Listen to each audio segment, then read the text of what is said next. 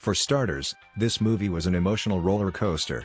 I felt so connected to the characters, especially Omi. The actors were amazing and portrayed emotions so well. This movie should have won millions of Oscars. I'm ashamed for the Academy for not nominating this. The CGI was off the charts amazing. I really believe there were dragons. I don't understand the negativity in the reviews. I feel so moved and seen by this piece of art.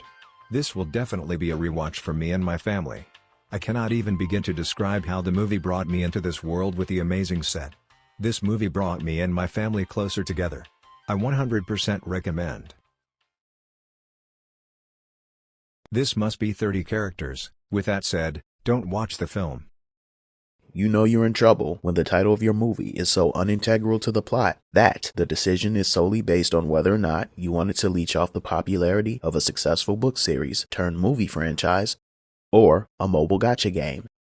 Had I been a producer and the choice was between these 3 low-key examples of plagiarism, I'd remix it a little more to produce the following suggestions: Clash of the Elves, Lord of the Empires, Age of the Elves, Hobbits and Elves, Clash Empires, the age where empires clashed and even elven lords are also hobbits. Cops and Hobbits, examples that took a matter of moments for me to rattle off the top of my head and would have made for a much more interesting title for this film that would have certainly had it stand out amongst the clones, outright ripoffs, and international derivatives. But I suppose those are the creative risks people in Hollywood are either devoid of or terrified to try in the pursuit of maximum financial incentive with the least amount of effort put forth. For the sake of clarity, I will just refer to this film by the last part of the most common title it was given. Empire is... My name ain't Empire. Hobbit is... Okay. Elves is an epic, due to its gratuitous sweeping wide shots of landscapes, fantasy adventure, released in December of 2012. Talk about missed opportunity by writer Eric Forsberg, known for hits such as Arachnoquake, Almighty Thor, MILF, War of the Worlds 2, and Snakes on a Train, films of which are the equivalent to the meme "We have this movie at home," for which I am convinced that he wrote the synopsis for this film on the back of a cocktail napkin in 15 minutes while in the throes of an ayahuasca trip, and directed by Joseph Lawson.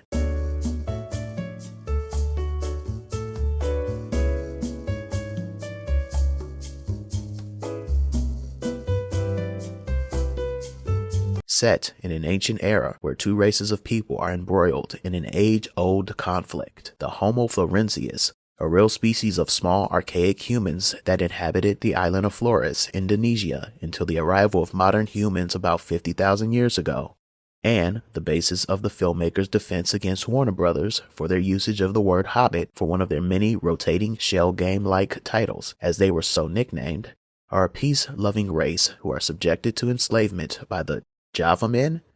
Little people are being captured by the programming language for the internet incarnate. Now that's an interesting, unique, and original concept for a movie. A fresh approach at the convergence of future tech and ancient civilization. No, wait, my bad. Java men are a race of flesh-eating dragon riders. Okay. A young and courageous hobbit joins forces with the neighboring giants to free his people and vanquish their enemies. The Java men are deleted and the hobbits are liberated. And scene.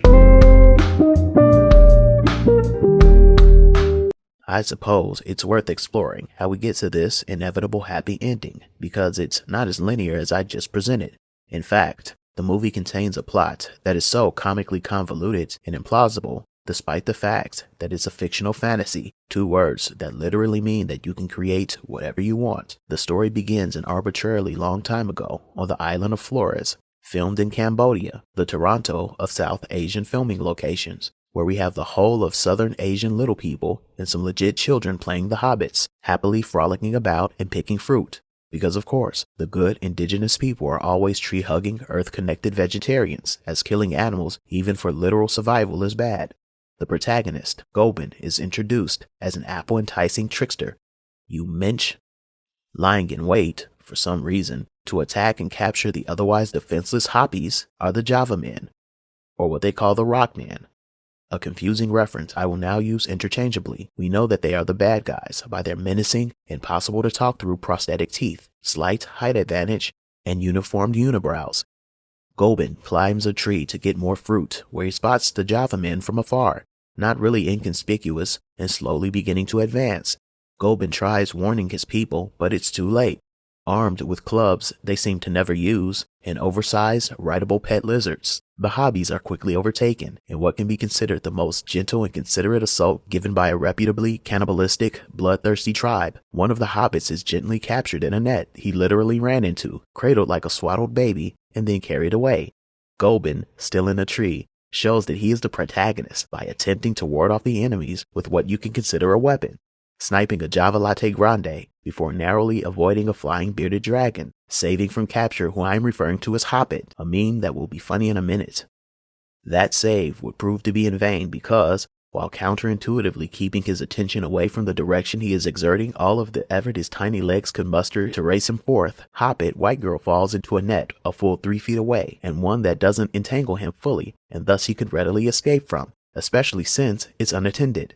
Meanwhile, Gobin is being chased by a Java man into essentially the same type of trap, this time manned by fellow JavaScript. However, they give Gobin the courtesy of allowing him to hop as much as his tiny legs could muster over the net before the three stooges clumsily spring it on the pursuer. Gobin meets back up with Hobbit, who insists that he can't go on and urges Gobin to escape, which he reluctantly does.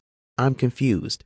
This man has suffered at the most a gentle fall, flopping worse than NBA players when the victim of a technical foul, but that somehow equates to an injury so grave that he cannot continue to flee from his imminent capture and potential death, defying at the very last resort a body that would employ in such a scenario known as the natural power of adrenaline, the hormone responsible for increasing rates of blood circulation, breathing, and carbohydrate metabolism, preparing muscles for exertion, and also diluting the sensations like pain and fear? Yup. Hobbit is eventually approached by a pair of Java men, including the one who got sniped. Oh, and I guess his foot was broken? See? Because his foot is hurt, and in order to flee he had to hop. Never mind. I bet you wish you had at least milked a cow or two who'd provide the bone brittleness reducing calcium enriched bounties your bodies needed for this exact moment, huh? A gaffe for which I'm now renaming him Gingerbread Man. The Java man asks the sniped cohort if Gingy is the one who took his eye, to which he responds in the best reverse Uno racist line I've ever heard. Is this the termite that took your eye? All the same to me! That doesn't make sense in context, as Gobin has clear and distinct features, chief among them his long jet black easy to grab by the enemy or get tangled in a bush long hair, a feature that could be spotted amongst the little people with no eyes.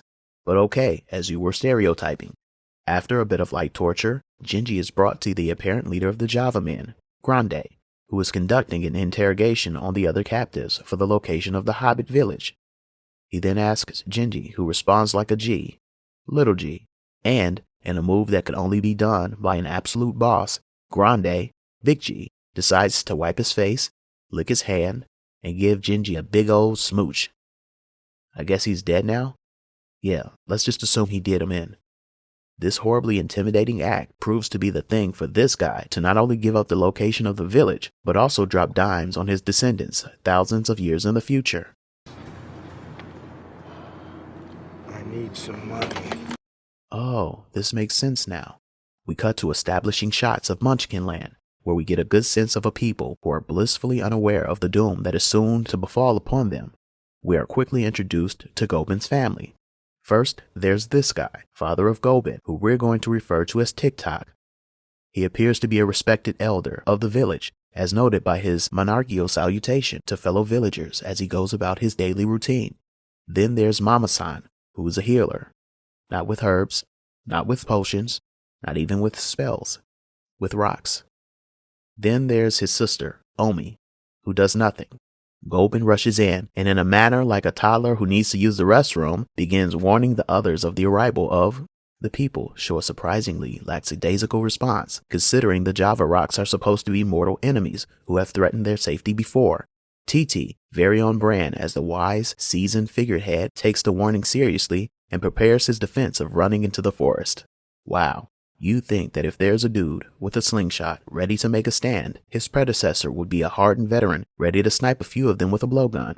But no, Gobin effectively cucks his pap by suggesting enlisting the help of the neighboring giants, a move that will serve as a right cuckening indeed, as seen later. However, This doesn't go over well with the others, as the giants are persona non grata, citing that they are no different than their real enemies. All this bickering has given the rockers enough time to roll up before the high-key kidnapping, mid-key pillaging, and low-key sex trafficking. Wait, what? Offer a terrifying show of unnecessary and PTSD-inducing collateral damage, while also comically running around and into one another in a pre-victory celebration. This fire is for real uncontrolled. Many of the hobbits are captured and spirited away on the Lizard Express, including Mama Healer, or who I'm calling Mama Karen, as she has seemingly pestered her way into flying first class. She manages to drop her healing stones, meant to serve as a trail to follow into the Rocky Mountains where the villagers are being held.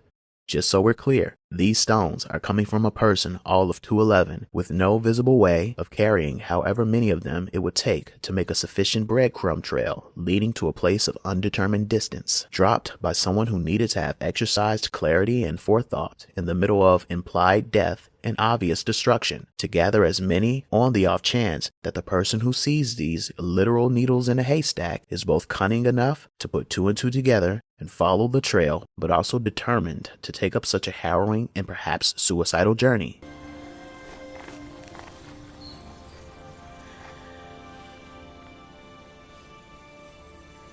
She calls us to go after her. We must help her, Papa. And thus the journey begins. Now you may be saying to yourself, at this point in the movie, how is this film, filled with non-union and sometimes even underage actors who are more than likely working in dangerous and unregulated conditions for long hours with no break in sight, earning a wage that essentially consists of a bag of millets and fish heads, considered black cinema? To which I would respond, due to the one-drop rule, my friend.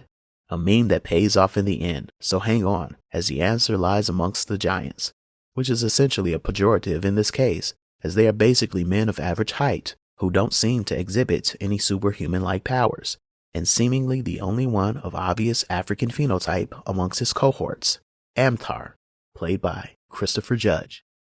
Amtrak and the hunting party are shown in the pursuit of what appears to be a rhino wrapped in a chinchilla. After entering stage left and striking a heroic pose, it is instantly undercut when the pimped-out rhino wiping out 7/10 of the squad by swiping at the air around them, conveniently leaving Amway, Fat Abs, and Third Wheel. It is at this point when I noticed Omi either seems to be strangely turned on or is hyperventilating. We must ask them to help us. Look how strong they are. Or both, I couldn't tell. But what is clear is that she's all in for recruiting the G Unit, despite witnessing their butts get handed to them.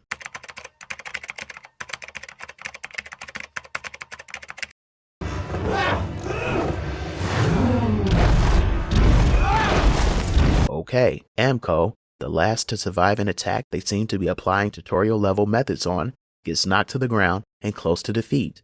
That is, until Tic Tac pulls a bro move, with what essentially turns out to be a mini MacGuffin at this point, allowing him time to recover and stab the fly rhino with his spear. He states that he is now indebted to them. Thirsty Omi is quick to disclose their dire situation, which requires the giant's help. Without much more convincing, Omicron agrees to help them on their quest to save their people, but only after permission is granted from his leader. I want to pause for a moment and reflect on something I observed when I first heard this line. First, I thought and was disappointed when it was not the case that he would be the leader of the giants. Despite Judge's prominence on the promotional materials and next to Ba Ling as one of the most known faces on the project, it made sense canonically. We're talking about someone whose very presence in that part of the world, in that time period, is such an anomaly that even though this is a fictional fantasy movie, it is still illogical from both an archaeological and historical standpoint. So who, I then became curious, was the leader? That's when I had another thought. Maybe he wouldn't be the only one of his kind, but one of many who arrived to Flores decades or centuries ago, perhaps fleeing the oppressive rule of their homeland, and through goodwill ambassadorship, understanding and respect, evolved from being the feared foreigners to a tenuous coexistence to full-on integration. Their arrival, novel look, and integration of their culture and technology since becoming the stuff of myth and legend. And part of that mythos was that they were giants. That said, This leader of his is perhaps a respected elder similar to Tech 9, and, relative to Ash Tech, is God tier, played by a fringe but beloved character actor in the twilights of his middling but respectable and illustrious career, who drops an uncredited cameo as both a swan song to his niche fans and to also move the plot along in a cohesive manner, ensuring a good, detailed story while also maintaining Judge's prominence as an important character, as he has circumstantially been built up to be. Just so we're clear, this scene, in its entirety, under the presumption that this was an attempt by the creators of this film, implicitly set you up with that expectation. Off they go, by force, why, I thought they were all cool, to the village of the giants. However, before leaving, Omi, who, with a disappointing scowl, gives the most impactful nonverbal speech conveyed in a look to ampersand that is reminiscent to this. He is impressed. But I think that Rhino is still dead, though. He dead. It is here where we meet the leader. So, the plausible exposition I gave earlier was simply my own creative effort to maintain personal consistency, or sanity. The reality is Judge's character is simply a dude of implausible or otherwise unexplained origins, who instead of being slaughtered on sight by the natives out of utter terror upon his appearance, he is considered a member of the party that is responsible for their survival and who is under the control of an old white man who is so frail that he struggles mightily to keep the balance of his headpiece. Due to his age, acting instincts, and uncanny resemblance to another, better, more famous thespian, we're going to refer to him as Gary, Old Man.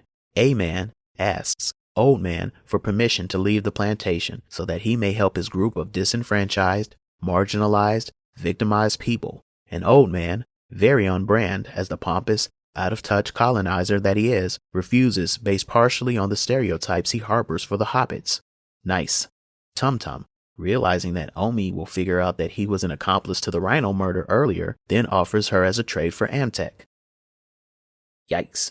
That's when Gobin, undermining his dad yet again, offers a less morally dubious alternative of competitive spear chucking. Who's your best spear thrower? Oof, where the stakes are kind of unclear.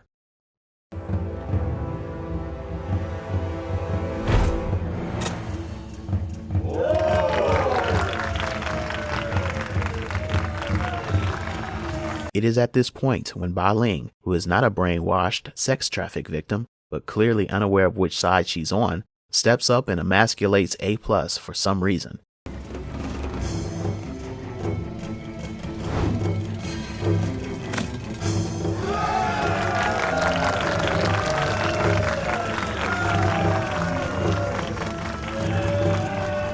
But then, Third Wheel one-ups the senseless debasing by throwing like he's going for that participation trophy. That is, until Gobin offers what amounts to outright performance enhancement.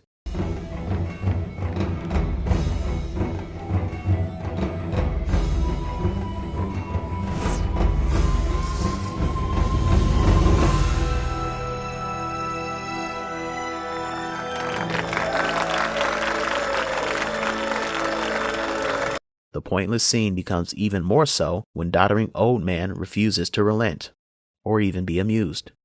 The three become captives. Thanks, Omi. Cut to the kiddos getting used to their new digs, a place where high-stakes gaming is being played by the fireside. Okay, not so scary. The leader, who happens to be a woman, yay, sits on her throne menacingly, overseeing her denizens and newcomers. Then there's this guy, a long-time captured hobbit who has managed to survive. This mad lad, suffering from the worst case of Stockholm Syndrome imaginable, and grape eyes, lets Mama Healer know to stick with him, and he'll get her hooked up with the better accommodations and eats. By which I mean the bamboo mat that wasn't desecrated in fearfully excreted bodily fluids and the not-so-rotten cow tongues. That is essentially the entire B story. The captors being slightly antagonized, and the threat of being eaten looms over their head. I will not refer to this part of the movie again. Back to Amtrak, who channels his best Harriet Tubman by freeing his little people and absconding under the cover of night. I mean, it wasn't much by way of security, and they didn't seem that secure. so I guess it wasn't all that daring of an escape. Oh, and Ba Ling striking the posiest pose that would make Yelena Belova cringe, Such a poser. decides she needs to come along. Anything to get away from old man's gangly, unwashed loins, I understand. Disposable, oops, spoiler, third wheel, and Aphid's right-hand man, Fat Abs, round out the rescue party, and the quest really begins. They stop at a waterfall. Ba Ling and Ampersand share a moment. They stop at a forest. Fat Abs and Third Wheel share a moment. They stop at a river. The three amigos share a moment. Fat Abs gets caught in a vine he could easily untangle himself from by literally taking one step backwards, but please don't. We have another cartoonishly huge CGI monster to fight. It's dead. Next scene. Time to speed run the rest of the movie. Ba Ling gets into the world's most telegraphed fight with a rogue Java chip that appears out of nowhere, which he kinda just gives up after she executes an MK1 move. That's when the movie realizes that it's becoming visual ambient, so it decides to throw in some haphazardly comical deaths, starting with this self-owned by this rogue chip off the old block.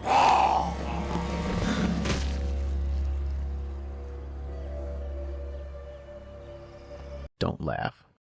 Don't laugh. That is immediately one-upped by Mr. Me Too and this universe's red shirt. Do not fear happening. I'll protect you.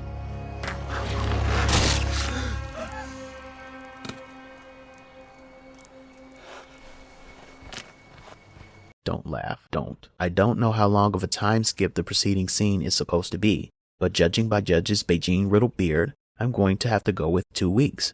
And he seems to have changed clothes. The only one, in fact. I'm confused. Did they go back to the giant village? No, because Old Man, who is surely aware of their escape by now, is on their trail. He didn't pack anything. He went to the store. There's a Macy's in the prehistoric Indio-Cambodia. Continuity. Moving on and moving faster. Here's the bullet points. They reach the entrance of the hideout that is being guarded by sleeping iguanas. They fight them.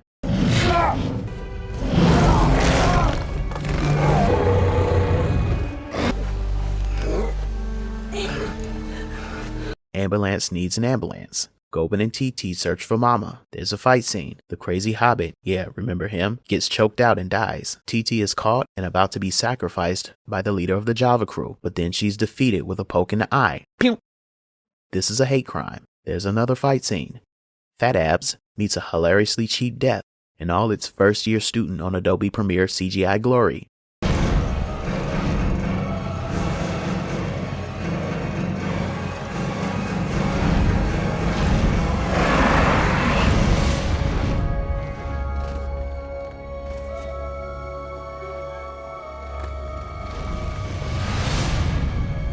Don't laugh. Don't laugh. Old Man finally catches up with the gang, and, with the giants in tow, lead an epic final rush. Old Man gets killed. I think. Yeah, he did. Apparition gets really mad and slightly knocks out a few NPCs before letting out a primal scream. That essentially ends the fight. That's pretty much it though. The family reunites with Mama Healing Hands. The hobbits are rescued. And Gobin, now having a taste for blood, has fully transitioned from wounding to killing. Oh, and Airplane becomes the leader of the giants. So I guess in the end that does happen. Gobin and Omi decide to stay with the giants. One more hero shot from April Fools and a scene I'm sure was written on the set, with the director encouraging Judge to just ad-lib. All hail the mighty tree people, children of the Earth Mother! Speaking of which, to get this film to the standard 90-minute mark, the runtime is achieved by unnecessary cuts to the B-plot that includes a Hobbit woman, girl, child freaking the freak out, though I do enjoy Hobbit Java and his over-under acting. Battles with PS2 cutscene quality pet store abominations, and a blatant reuse of certain shots. This movie is terrible, not because of the CGI, acting, pacing, story, or editing. All of those things would have actually kept this film in the realm of so bad it's good. Judge, a few years before his career-defining role as the quintessential daddy, and in a phase where he was questioning continuing the pursuit of acting, Perhaps use this as a free vacation to neighboring Thailand and to keep his SAG insurance current, because at times he looks as if he doesn't want to be there, specifically towards the end of the movie. I didn't have much to say about this, despite the fact that I created an almost 10-page script for this. I just wanted to include this movie in the series that was created entirely around it and the one highlighted previously, so go watch that. So, I guess the ending is going to be about as graceful as this. Konnichiwa senpai, please notice me. I watch Asian cartoons, I'm a weeaboo. I live in my mom's house.